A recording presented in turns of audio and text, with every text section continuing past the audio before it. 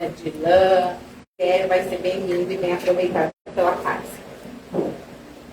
Os trabalhos da casa são de terça e quinta, às 8 horas da noite, de sexta, às 2 horas da tarde, de sábado é para as crianças, e domingo temos 2 sessões, das 9 e das 10h30. Tá bom? Acho que eu dei todo explicado. Agora, então, o 10. Então, agora tem Pode fazer oração. Ele faz? Então, Décio fará a abertura do trabalho de hoje e a palestra. Muito obrigada.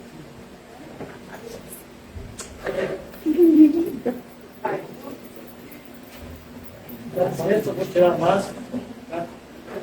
E ainda não consigo ler de máscara. Bom, uma boa tarde para o pessoal da live, tá? E então quem vai fazer a palestra aqui hoje sou eu. Vamos fazer uma oraçãozinha de abertura. Vamos pedir a vocês que todos fechem os olhos, elevem seu pensamento a Deus, ao Mestre Jesus. E vamos pedir a Ele: Senhor, estamos todos reunidos em Teu nome, rogando vossas bênçãos para que possamos nos fortalecer, aprender e vivenciar os vossos ensinamentos, nos tornando melhores a cada dia. Pedimos, Mestre querido, a vossa permissão para iniciarmos os nossos ensinamentos de hoje. Que assim seja. Graças a Deus. Então, pessoal, o tema de hoje, do livro Linha de Luz, tá? Esse livro que a gente está seguindo, a ordem dos temas aqui. Tá? Os meus antiguinhos, hoje em dia já tem outra capa, livro mais moderno, edição mais moderna. O capítulo é o 99 e o tema é Nos Diversos Caminhos. A introdução que Emmanuel nos trouxe do Evangelho, todo o tema dele começa com um trechinho do Evangelho. Então ele diz o seguinte, é da segunda carta de Paulo aos Coríntios, capítulo 13, versículo 5. Examinai-vos a vós mesmos e vede se estáis na fé. O que ele quis dizer com isso? Nós devemos verificar se nós temos aquela fé sincera, aquela fé do fundo do coração. Ele pede para verificarmos se temos essa fé real, essa fé sincera. E ainda pede, provai-vos, se tem de fé. Porque todos nós temos fé. Só que muitos têm aquela fé vacilante, aquela fé não alicerçada mesmo no amor. No amor divino, no ensinamento do Mestre Jesus. Ainda diz mais. Celular. Pessoal, celular aí. Alguém com o celular tocando aí. Dá uma verificadinha para nós. A senhora está seguindo. Desculpa aí, pessoal. Eu estava jogando videogame aqui, mas...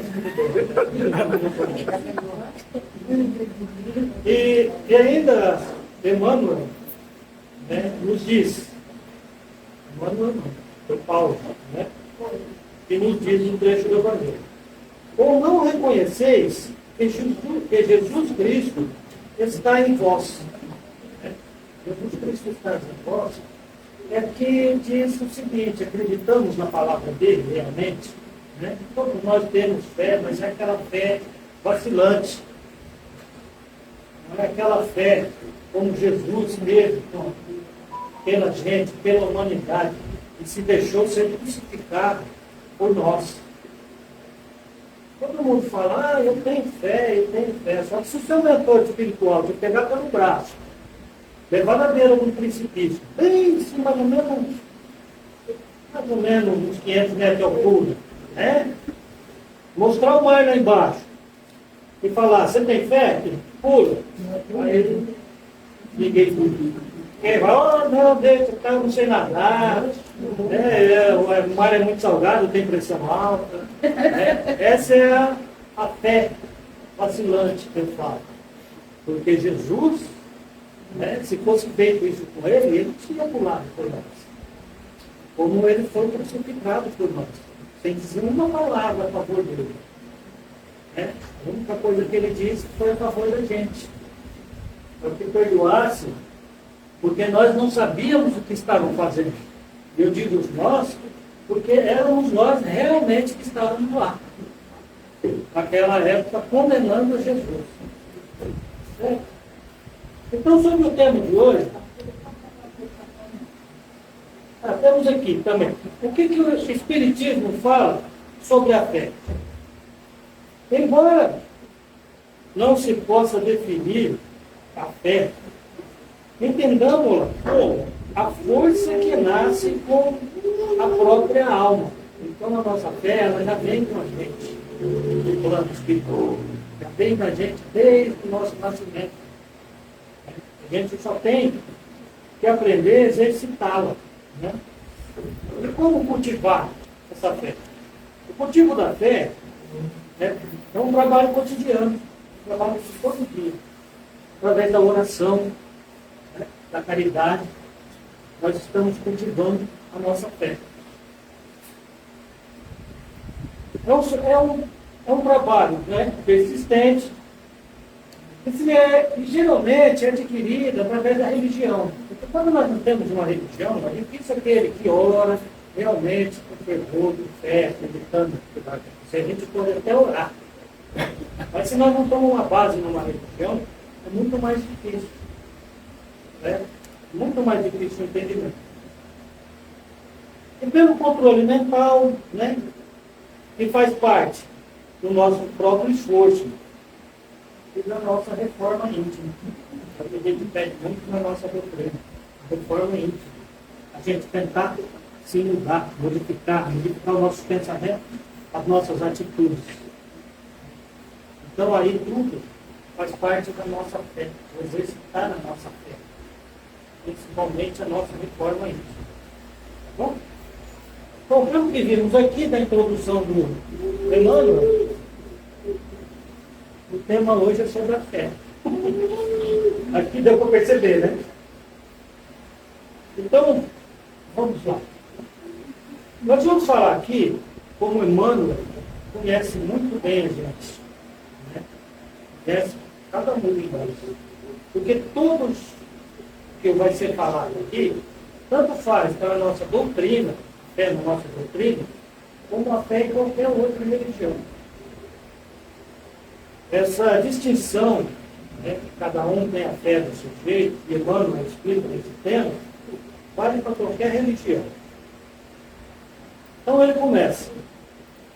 Diversas atitudes caracterizam os estudantes da revelação nova. Revelação nova é amor nova, é o nosso evangelho, nossa doutrina.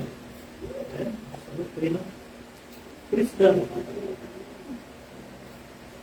Os que permanecem na periferia dos ensinamentos exigem novas demonstrações fenomenológicas sem qualquer propósito de renovação interior.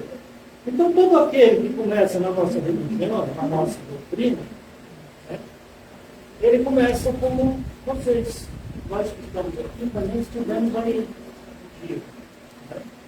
E muitos vêm, principalmente no começo, quem é um pouco mais antigo de casa, lembra, o outro que tinha a palavra do mentor. Então, muitos vêm para chegar aqui e ver somente a palavra do mentor. Não procura se instruir, não procura estudar. Então, é o que ele diz aqui. Essa pessoa tem fé, todos vocês têm fé. Por estar aqui, já prova que vocês têm fé. Mas não procura assim, não procura uma renovação interior. Vem só para ver os fenômenos, as manifestações espirituais. Muitos assistiam, viam a palavra do cantor, Mas se você perguntasse 5 minutos para ele depois, o que foi que ele falou? Ninguém conseguia. Ele falou, prestava atenção, mas não entendia. Né? Não estudava o que foi dito naquele momento. Aqueles que se demoram na região da letra estimam as longas discussões sem proveito real. Então temos aqueles também que frequentam os cursos, que adoram ler livros, né? Bem, 2, 3 livros por mês. A pessoa consegue ler. Só que se você perguntar para ele qual o assunto desse livro, o que esse livro agregou para você, o que ele explicou, o que ele trouxe para você, a pessoa não sabe explicar. Ele tem fé, ele acredita na nossa doutrina, ou seja lá, a religião que for que ele seguir, mas ele lê muito, mas lê que nem papagaio. Lê, acabou o livro, ele quer esperar outro, vai ler, sem entender nada. Aí você pergunta para a pessoa, o que esse livro dizia? Ah, é um livro aí, um cara que foi para um lugar escuro aí, depois socorreu ele. Como é que é? No nosso lar, um tal de André. Pô, você não aprendeu nada, você leu aí e não entendeu nada. Né? Então, tudo isso faz parte da nossa fé. Você pegar um livro, tanto de estudo como um livro contando uma história, porque os livros do André Luiz também são livros de estudo. Você guardar, aproveitar alguma coisa daquilo que foi lido. Quantos preferem a zona do sectarismo? Sectarismo é intolerância. Quantos preferem a zona do sectarismo? Lançam-se as lutas de separatividade lamentáveis e cruéis. Então tem aquela pessoa que tem fé, e ele acha que a fé dele é a principal do mundo. Ele não aceita outras religiões, ele não aceita outro tipo de doutrina. Esse, para mim, aqui, diz da intolerância. Para mim, isso é ignorância. Você achar que a sua religião, a sua doutrina é superior a qualquer uma outra. Pessoas que chegam a brigar, que chegam a destruir templos religiosos de outras religiões. Né? É que nem o cidadão que sai de casa vai assistir um jogo de futebol, em vez dele assistir um jogo, ele vai brigar. Tem gente que sai de casa, que em vez de seguir o que a religião dele ensina, ele sai para brigar, para discutir com outras pessoas que não é da religião. Não aceita qualquer outro tipo de opinião que não seja dele. Então isso para mim em vez de... Emmanuel foi educadinho aqui, colocou sectarismo. Para mim isso é ignorância. Todos os que se cristalizam, sou eu, dormitam nos petitórios infindáveis, a reclamarem proteção indébita, adiando a solução dos seus problemas espirituais. Então, toda aquela pessoa que frequenta uma casa espírita e acha que ele vem na casa espírita para cuidar somente dos seus problemas, né? Eles dizem que cristalizam um novo eu. Então, o problema dele é pior do que qualquer um. A doença dele é pior do que qualquer outra. Essas pessoas, eles vivem, eles oram, eles pedem, mas eles pedem só para si.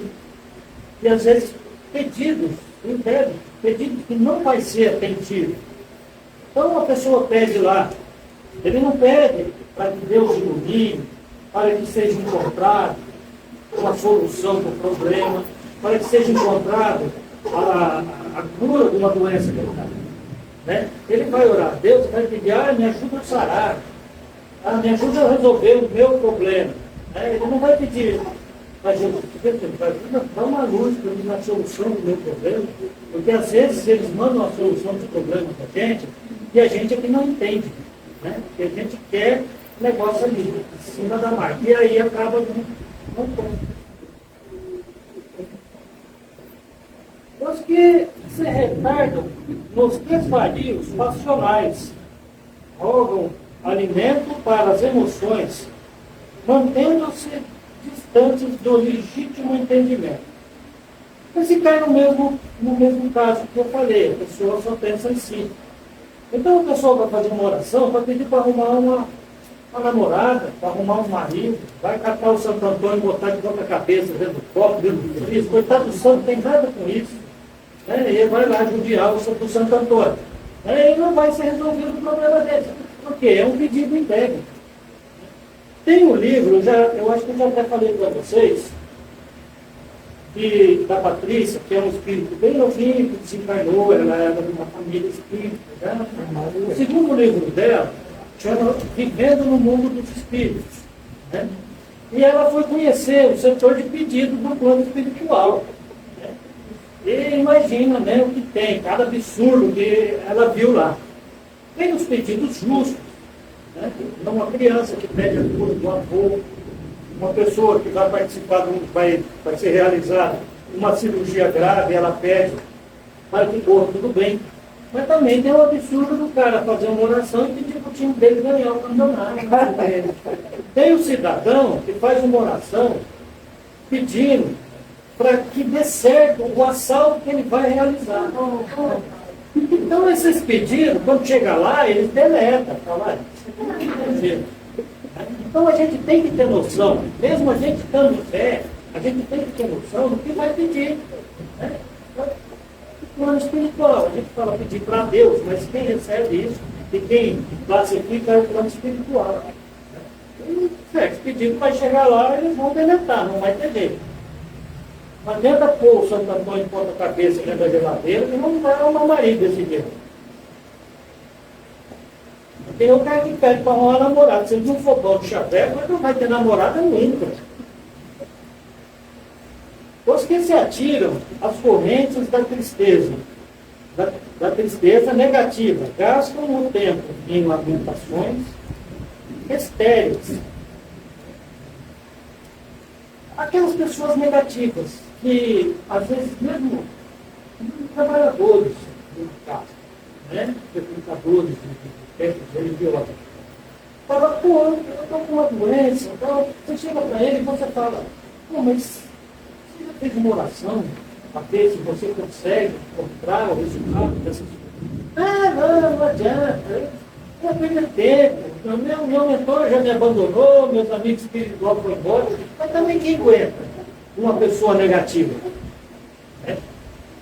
Nós não devemos ser nunca negativos. Nada da gente deve ser tão difícil que a gente não consiga resolver.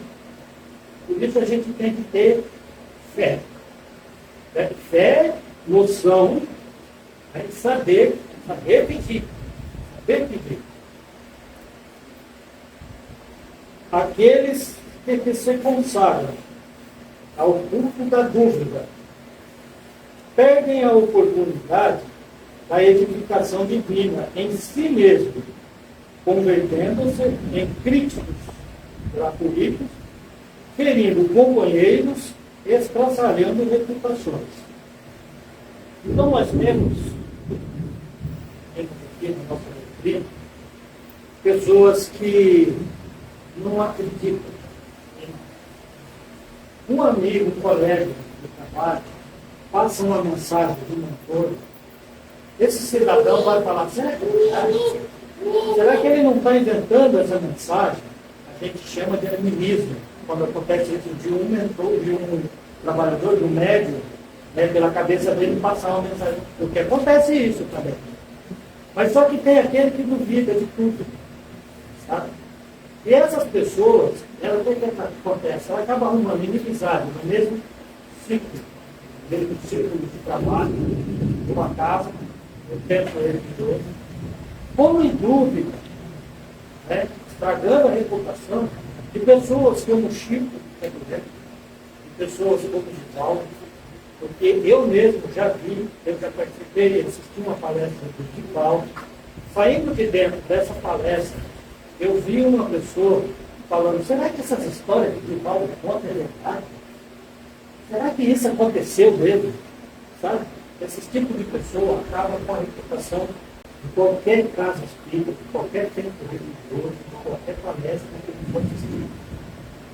Inclusive, quando eu assisti essa palestra, eu acho que eu dei uma olhada tão feia para essa pessoa que calou a boca na hora, sabe?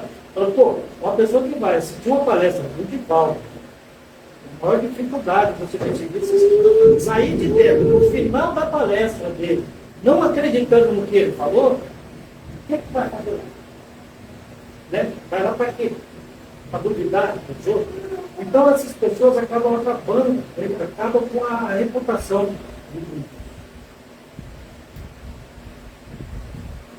Quantos se perdem a curiosidade crônica, borboleteiam aqui e ali, longe do trabalho sério e necessário.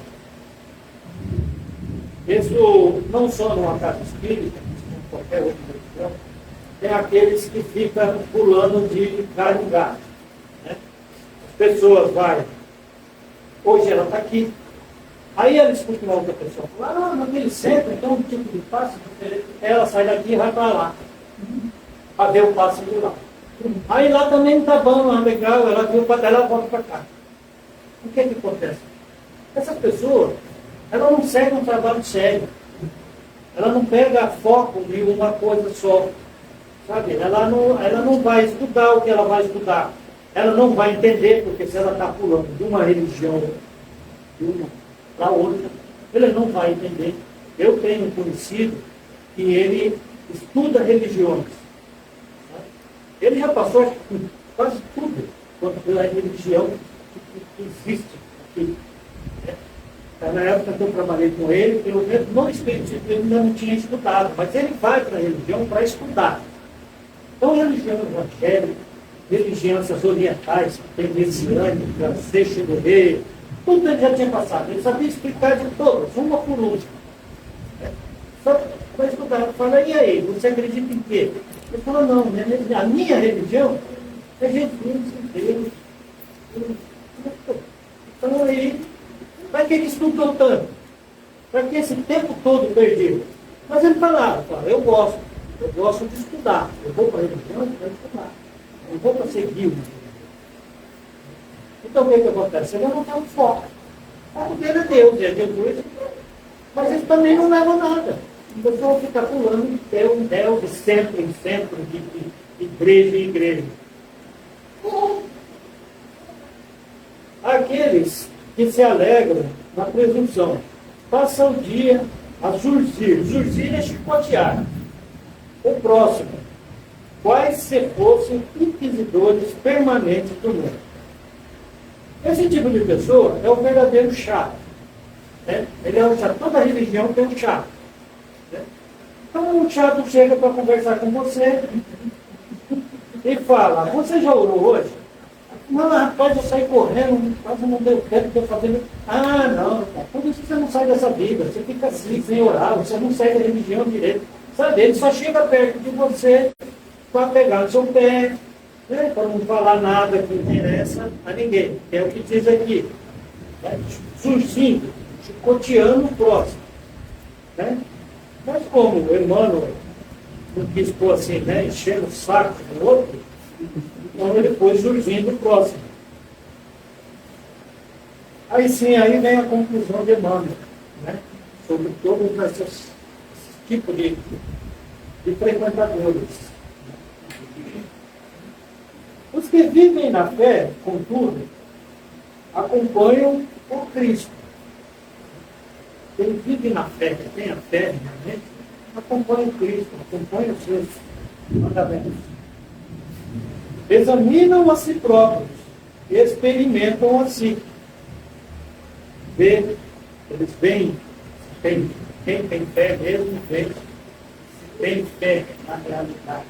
Examinam, como se examina se você tem fé na hora de uma oração, se você faz uma oração sincera, se você tem noção de fazer um pedido honesto ao seu mentor, sem ir lá pedir o seu time ganhar. Convertendo-se em refletores da vontade divina. Convertendo-se em refletores. Então você vai ser um espelho do que Jesus pediu para que fosse. A sua fé sincera, a sua oração sincera, as suas atitudes, a sua caridade, o seu amor ao próximo, você está refletindo a imagem de Jesus, que ele queria que nós fôssemos a realidade. Está certo que nós nunca vamos conseguir ser o que ele foi. Eu falei no começo, ninguém aqui tem fé para se deixar crucificar por todos, pelo bom ou pelo mal. Tá?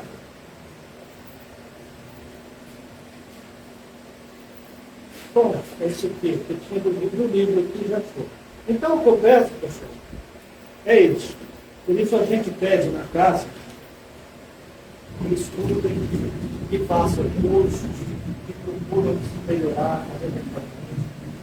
E a pessoa entrando, começando a fazer um curso básico, muito, hoje começa na básico muito, na minha época tinha o preparatório, depois vinha o básico muito. Diminuiu um ano, ficou mais fácil para vocês.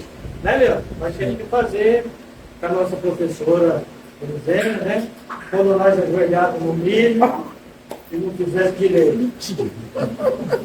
Então, ela ficava surgindo a gente, como diz aqui o Emmanuel, né, chicoteando a gente se não fizesse as coisas certas.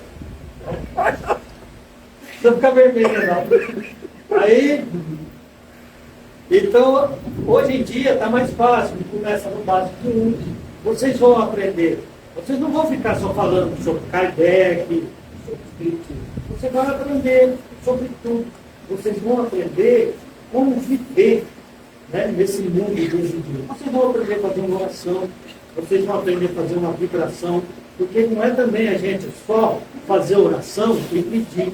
A gente também tem que vibrar, a gente também tem que doar.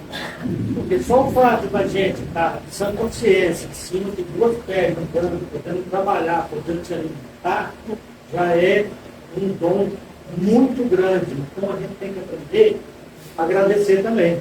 Tá? E vocês fazendo o curso, vocês aprendem tudo isso. Né? Tem alguém aqui que está fazendo o curso hoje? Você... Só que vocês conhecem, a Rita me fala. Rita já é trabalhadora velha.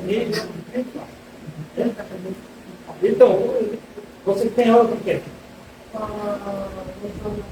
Ah, com a outra nada, bela sorte. Bela sorte não é Elisânia. Mas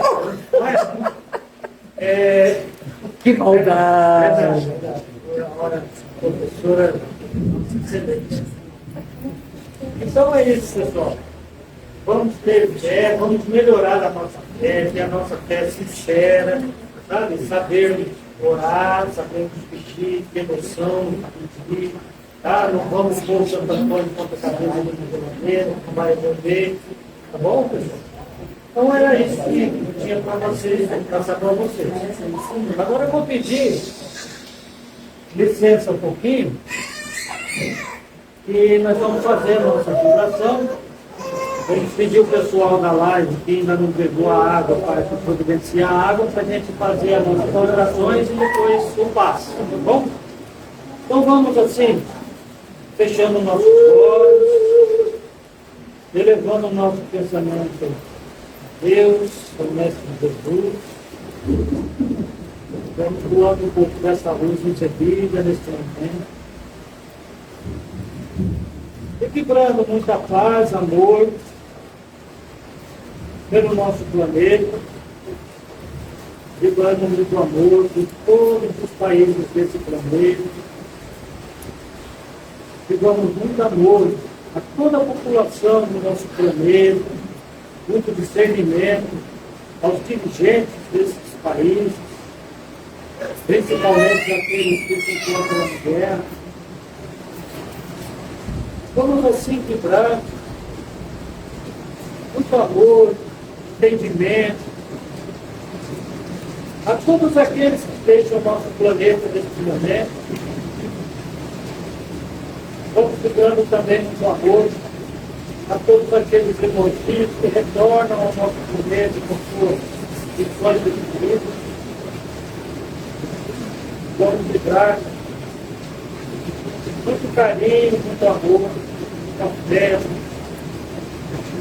a todos aqueles idosos que se encontram nos aflitos, a todos aqueles órfãos que estão desamparados, sem conhecer pai e mamãe. Vamos livrando muita saúde, muito amparo, muito amor, carinho. A todos aqueles que se encontram nos leitos dos hospitais. Vamos assim livrando também muita saúde e amor a todos os médicos e enfermeiros que lutam pela nossa saúde.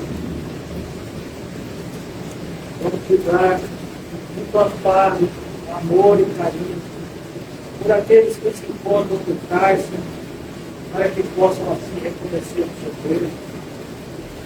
Vamos cuidar amor e carinho por aqueles que se encontram em condições de rua.